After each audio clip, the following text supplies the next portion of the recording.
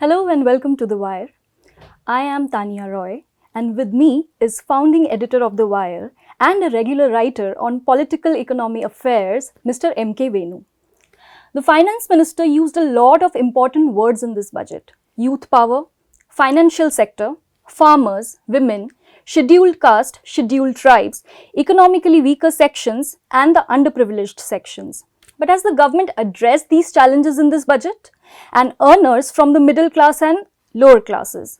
Let's discuss all these issues in this chat. Mr. Venu, so firstly I would like to ask, what is the big takeaway this time, especially when this is the last full budget before the next general elections?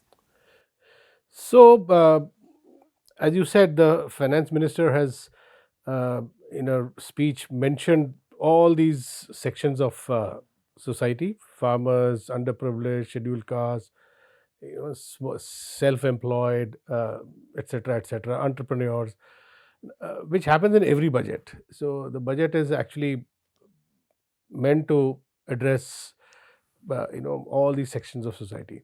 Now, coming to what are the big takeaways in this budget? This is the last full budget before the elections. The president's address yesterday also spoke about this government's achievements in 9 years, where she was also, it was almost like the president address, as the opposition put it, almost like BJP's manifesto. So, this budget speech also reads like the last budget before the elections, and the main takeaway in this budget is, as I see it, is that this is another attempt, brave attempt. I would say one last ditch attempt. That's what I've said in what I've written for the Wire. Last ditch attempt to revive growth and private investment as well as employment. Now, why do I say this? If you look at the 9 years of Modi government, it has struggled to revive private investment, and it is admitted by all experts. It is consensus that private investment has not significantly revived in the last 9 years. Now, the government may say, okay, COVID happened in between, but even before COVID, there was this desperation struggle to revive private investment. A lot of incentives were given. 2019, if you remember, big corporate tax cuts for new projects, 15% corporate tax and 25% general corporate tax rates. But investments have not revived. Investments and private investment and employment have been stagnant for the last 9 years. Now, this is a matter of worry for Mr. Modi, because in any prime minister's or any government's 10-year tenure, there have been previous governments also which have got 2 tenures, running tenure, Manmohan Singh's. It has not happened that private investment doesn't revive for a whole 10-year period. So, we are almost coming to the end of Modi's 10 years and investments not revived, capital goods growth stagnant. The capital goods growth is the primary indicator of revival of private investment. Employment growth stagnant, so much that the government has stopped putting out employment data for the last, from the NSSO since 2017-18. So, in this budget, she makes another attempt to revive investments and investment and growth through capital expenditure, government capital expenditure. So, I was listening yesterday to many government experts after the economic survey. The Niti Aayog chairman, Suman Berry, very well-known economist, he said that since the corporate sector is not bullish about investments, government will continue to push capital expenditure, and that's what the government has done this time. 33% growth in capital expenditure. Now, capital expenditure for this coming year is 10 lakh crore. Yeah. It is unprecedented, but the growth was like similar in previous years also, right?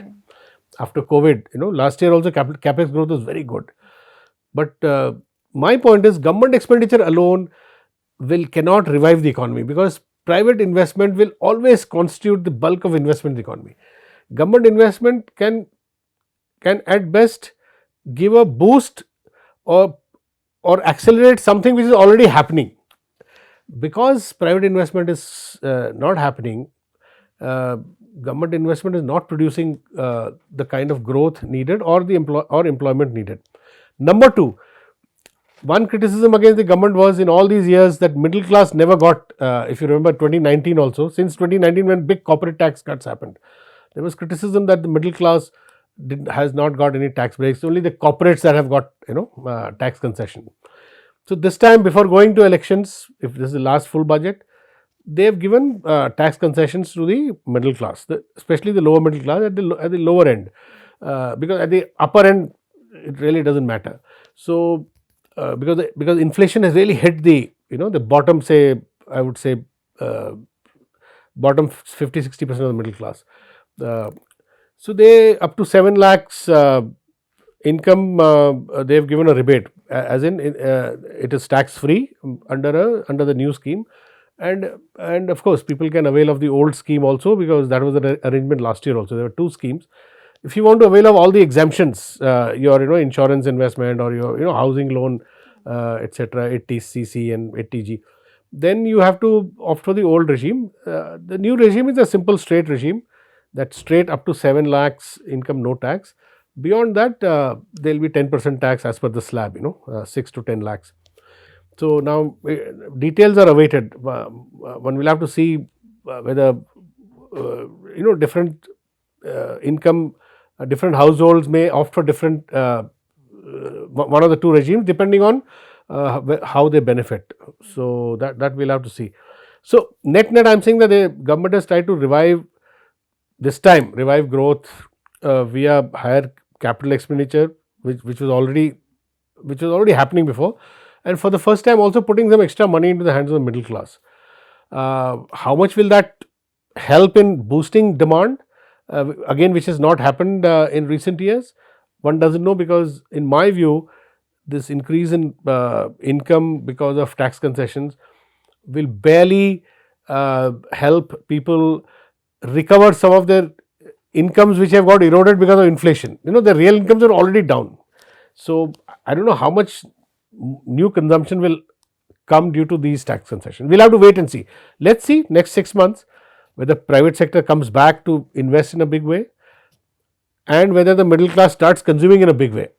As of today, data suggests, and this all economic analysts sitting in Mumbai who watch the stock market, they also say that consumption revival hasn't happened. And I'll give you one indicator of this. Two-wheeler sales, a common man's transport, today in volume terms is the same as it was 5-6 years ago. No improvement. So this is the situation. Yeah. Right. So broadly, you have explained, you have talked about capex and taxes. So I have a question on taxes, and I think many people would like to know about it. There are a few takers of the new tax regime. You have already said that we are not sure whether the changes in the new tax regime are actually going to help people or not. My question is, there are already a few takers of the new tax regime, and it seems like the finance minister has made some effort so that people adopt the new tax regime. They've also, finance minister has also said that it will be a default option. However, some options from the old tax regime will remain. We are not sure how that is going to be. The option will remain. Yeah. So my question is, savings are already at a 30-year low in the first half of the financial year. And savings are good for the economy, isn't it? But the new tax regime will the new tax regime not encourage savings, and is it good? So there are two ways of looking at it. You're right, savings are at India has never seen such low savings rate. And savings rate directly linked to the investment rate. In macroeconomics, you can invest only what people save, right? People, corporates, government is a dissaver, government doesn't save. So whatever saving that people do or companies do, that is a pool that is available for investment. And if that pool is insufficient, you invite foreign investment, right? So foreign savings get added to. So in a way, you're right. So there's a need to encourage savings, but because there is no because consumption demand is not picking up, right? I think this government is taking the risk by coming up with a new personal tax regime where people who do not save may opt for that, because people who save may opt for those exemptions and stay in the older regime. So, you're right. They have taken a small risk. Now, how that will lead to behavior in savings, one doesn't know. One will have to see actually. People, if you ask me, bulk of the people in this country, they save. They have a lot of physical saving. They save via gold and real estate. That is psychologically, it's the of late. There is some indication that people are even selling their gold and real estate to this happened after COVID, to recover their incomes, right? So now, how savings will behave, one doesn't know. Savings get impacted by all those things also. Inflation impacts savings. When inflation erodes your real income, and suppose a family has to spend some money for a kid's education or something, or in a marriage, they do resort to liquidating, physical assets. So all those things are also they have a bearing on savings. So let us see how savings behave. But this move is limited to the government's desire to boost consumption. So I don't know whether it will lead to a big shift in savings. I'm not sure, but the risk is always there. Yeah. Also, do you think it will help restore the purchasing power of individuals? I mean, see, purchasing power is a function of is a function of higher income and low inflation. If inflation is moderate and your incomes increase, clearly the middle class, the salaried class, keep aside the government, where government employees keep getting DA linked, inflation linked, salaries. salaries.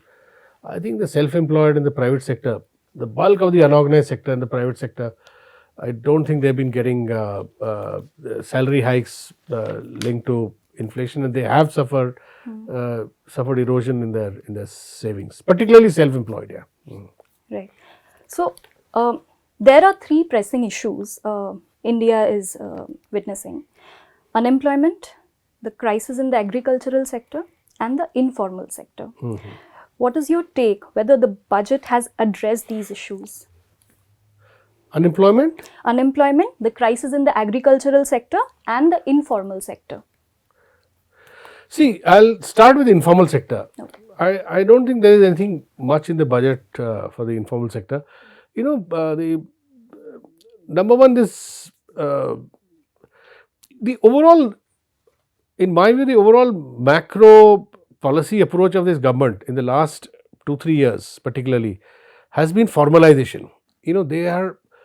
They after demonetization and GST, we all know that the informal sector got very badly hit. Micro organizations, micro units, employees. So what that resulted in was the organized sector started cannibalizing the unorganized sector in terms of products, in terms of making like the informal sector was there in the unorganized food processing industry, although they all got very hit in footwear industry. So all the big companies like Bata and other organized players, they went and took away those markets. As a result of which, there is huge unemployment in the informal sector. Now, and it is recorded now by several surveys, including RBI's, that the small sector was hit quite badly after COVID and GST. How much recovery has happened, one doesn't know. There is no survey. So, from that situation, full recovery I don't think has happened, which also reflects in other surveys which show that the bottom 65-70% of the population have either their incomes are down in either nominal terms or in real terms also, so these surveys are pretty well known, right? So in real terms their incomes have not grown, bottom 70%. It stands to reason that they are all part of the informal sector. So I don't know whether this budget has done anything to boost informal sector, and one of the biggest employment provider for workers in the informal sector is construction, and construction has not picked up at all to the level that we saw before 2017, 2016, before demonetization, actually before 2017. And I'm not sure whether construction, which used to have a certain share of GDP pre-demonetization, whether construction activity has come back to that share of GDP.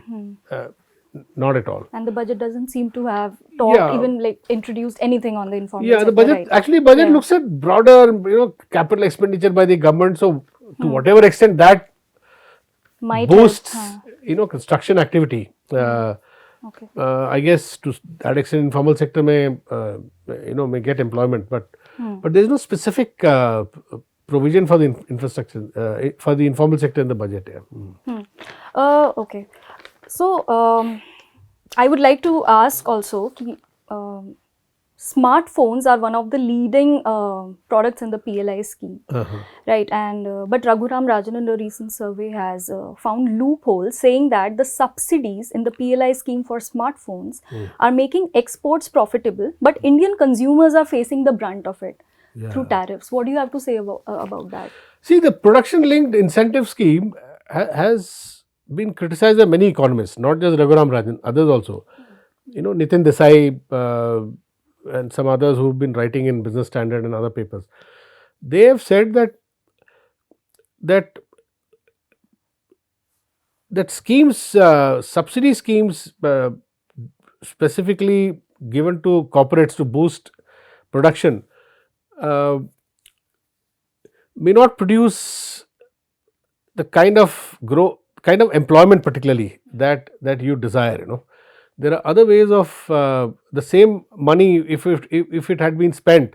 Now this is something Yamini Iyer has been arguing, the director of Center for Policy Research. In some of the articles she's been saying that if that kind of amount is spent in rural infrastructure, there would be more visible employment, right?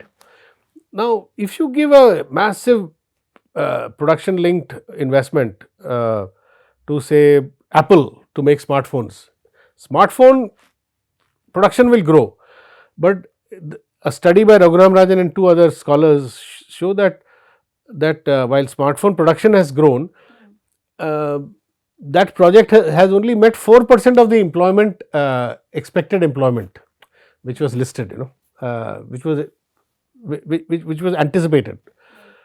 So what you are doing is you are getting smartphone parts from abroad and you are just assembling it. So there is not much value addition happening here, and then part of it is exported also. So you don't you're not producing any employment by simply importing and assembling. And there are other sectors also where there are technology intensive sectors where employment may not be produced, but there will be higher production.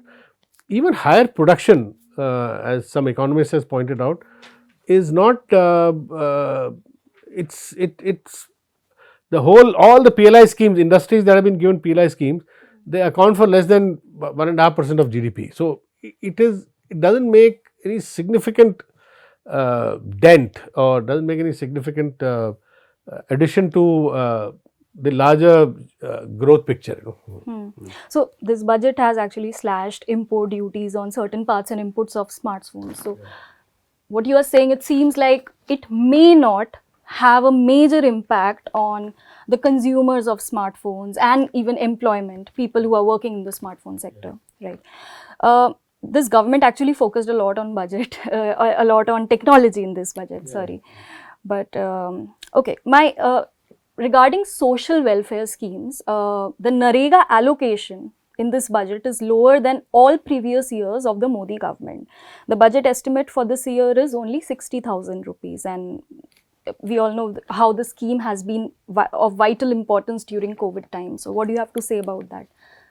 See, Narega, first of all, I'll again repeat that Narendra Modi as Prime Minister, when he took charge in 2014, he described Mahatma Gandhi Rural Employment Guarantee Program of the UPA as a monument of UPA's failure, as a symbol of UPA's failure.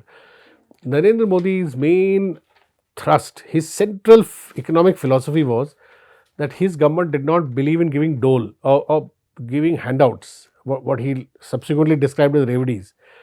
That he believed in empowering people to earn their own, income, earn their own livelihood, which economists in the past have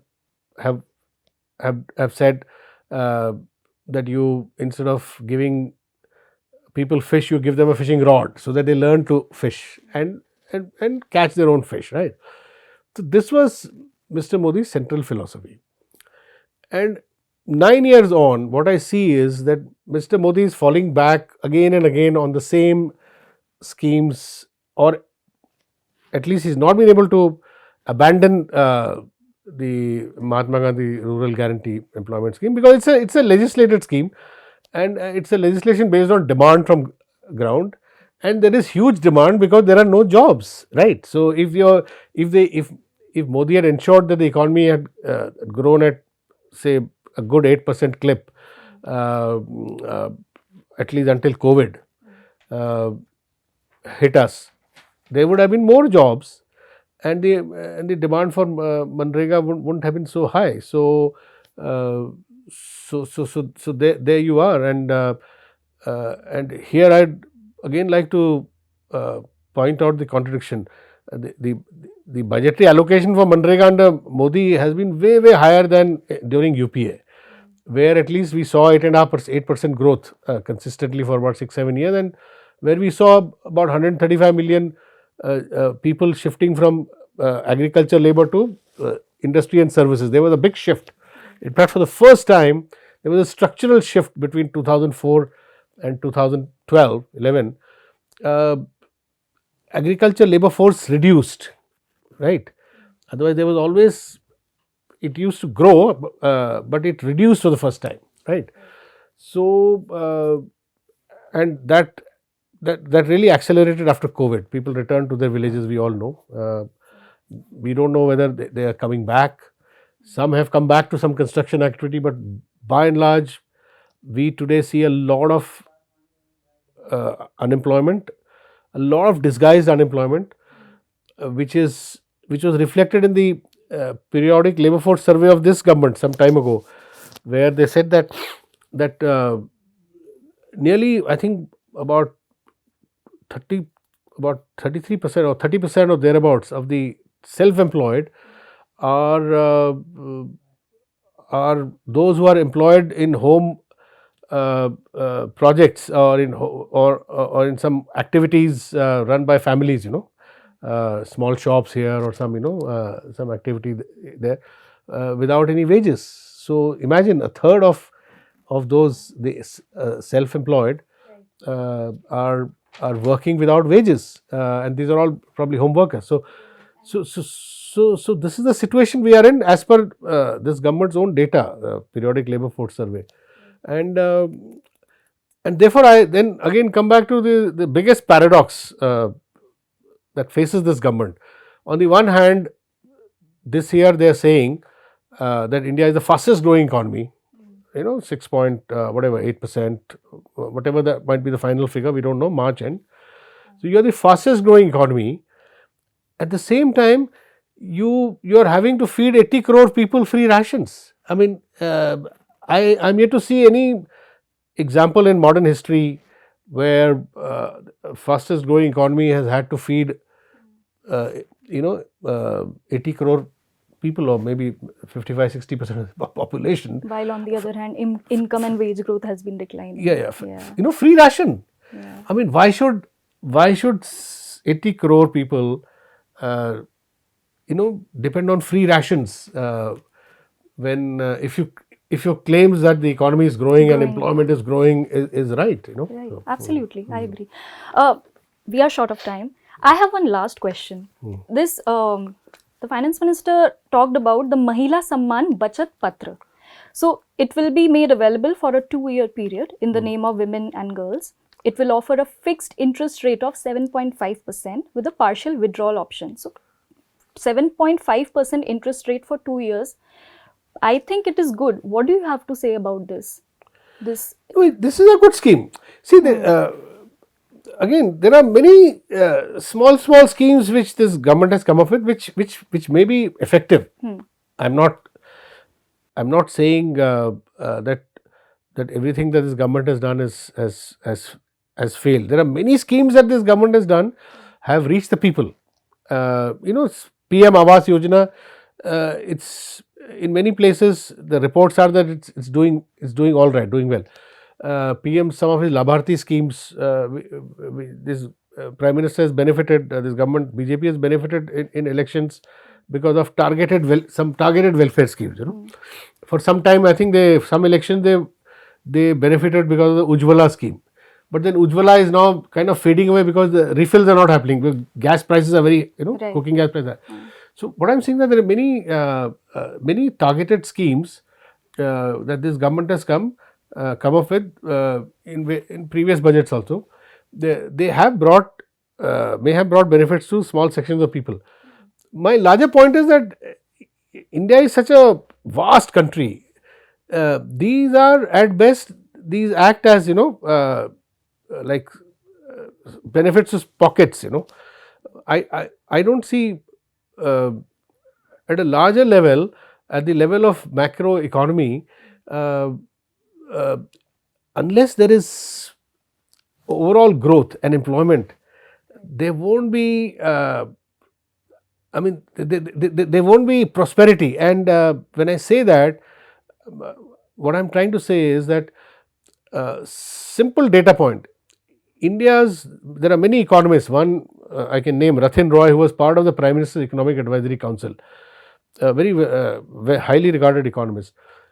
He said that India's problem was, and he said this in 2017-18, India's problem was that India's consuming middle class was stagnating at about 250 million. It was not growing. So China's middle class grew from 300 to 700, 350 to 700 million 20 years ago in that decade, 2000s. So unless you grow your middle class, consumer middle class, you cannot generate a broader prosperity, a more kind of diffuse kind of prosperity level, and it is this growing middle class which creates demand, which creates growth, right, which creates investment. In fact, investment creates employment, and they in turn create more demand, and then that's how growth happens. But unfortunately, in the last 9 years that I have been watching this government, this has not happened. We have not had a good, robust, sustainable demand growth which leads to higher investment. So today, what are corporates saying today? They come on TV and they say that for the last 9 years they have been operating at some 65 to 75% capacity. They don't make fresh investments unless they cross 90% capacity. So unless their existing capacity is 100% achieved in terms of production and sales, they won't invest in fresh capacity. So then the next question is, why is that capacity not not reaching that saturation point from where they start making fresh investment? Because there is no demand. So we are caught in this cycle, and I don't think this government has come out of this cycle. So I don't know what this budget will do. There's 1 year left of Modi's, Prime Minister Modi. So in 1 year, I don't think any dramatic shift is going to happen. This basic structural weakness which has crept in is here to stay. I don't know how we will come out of it. And this structural weakness is also described by one economist very, very aptly with one data point, where he says that in the last, say, 9 years, you've had industrial production. If you look at the IIP index, industrial production growth is barely about 2.5% a year, whereas agriculture growth is 3.5-4. So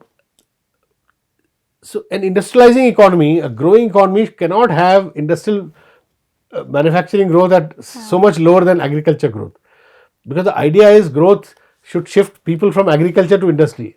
How can the shift from agriculture to industry happen when agriculture is growing at 3.5%, 4% average, Right. and industrial growth is growing at half of that? And yes, So that's a despite structural that, problem. there yeah. are no major reforms in the agricultural sector, especially in this budget. Nothing much has been introduced when it comes to the agricultural No, sector. see, there are some, some market bottom-up changes are happening in agriculture, which is, see, I would say that agriculture is a savior for India. After COVID, we had record production. So in some ways, see, agriculture credit has grown. Agriculturists have, there has been some change in the way agriculture is done in India. A lot of households with smaller holdings, due to family growing, they have moved. They've started outsourcing agriculture. They are just village after village. They are consolidating land and they are outsourcing agriculture to people who come and contractors come with tractors, combined harvesters. So in some sense, there is a mechanization happening through a natural process. Okay. So in that sense, agriculture production is reasonably okay, but then we cannot. We have to progress from agriculture to like all other modern economies, historically, agriculture to industry to services, right? Where we have failed is manufacturing. Manufacturing was 14% of GDP when Mr. Modi came. It is still 14% of GDP. BJP's objective was to take it to 23-24% of GDP, which has not happened. So it has been a lost decade for manufacturing and therefore for employment. That's how I would sum up the whole thing. Yeah. Okay. All right. Thank you so Thank much, you. Mr. Venu. So that was all for this year's budget discussion on The Wire. Thank you. Thank you. To receive instant updates on all videos from The Wire, click the subscribe button and hit the bell icon. Pay to support independent journalism. Click the link in the description and choose the amount you want to pay.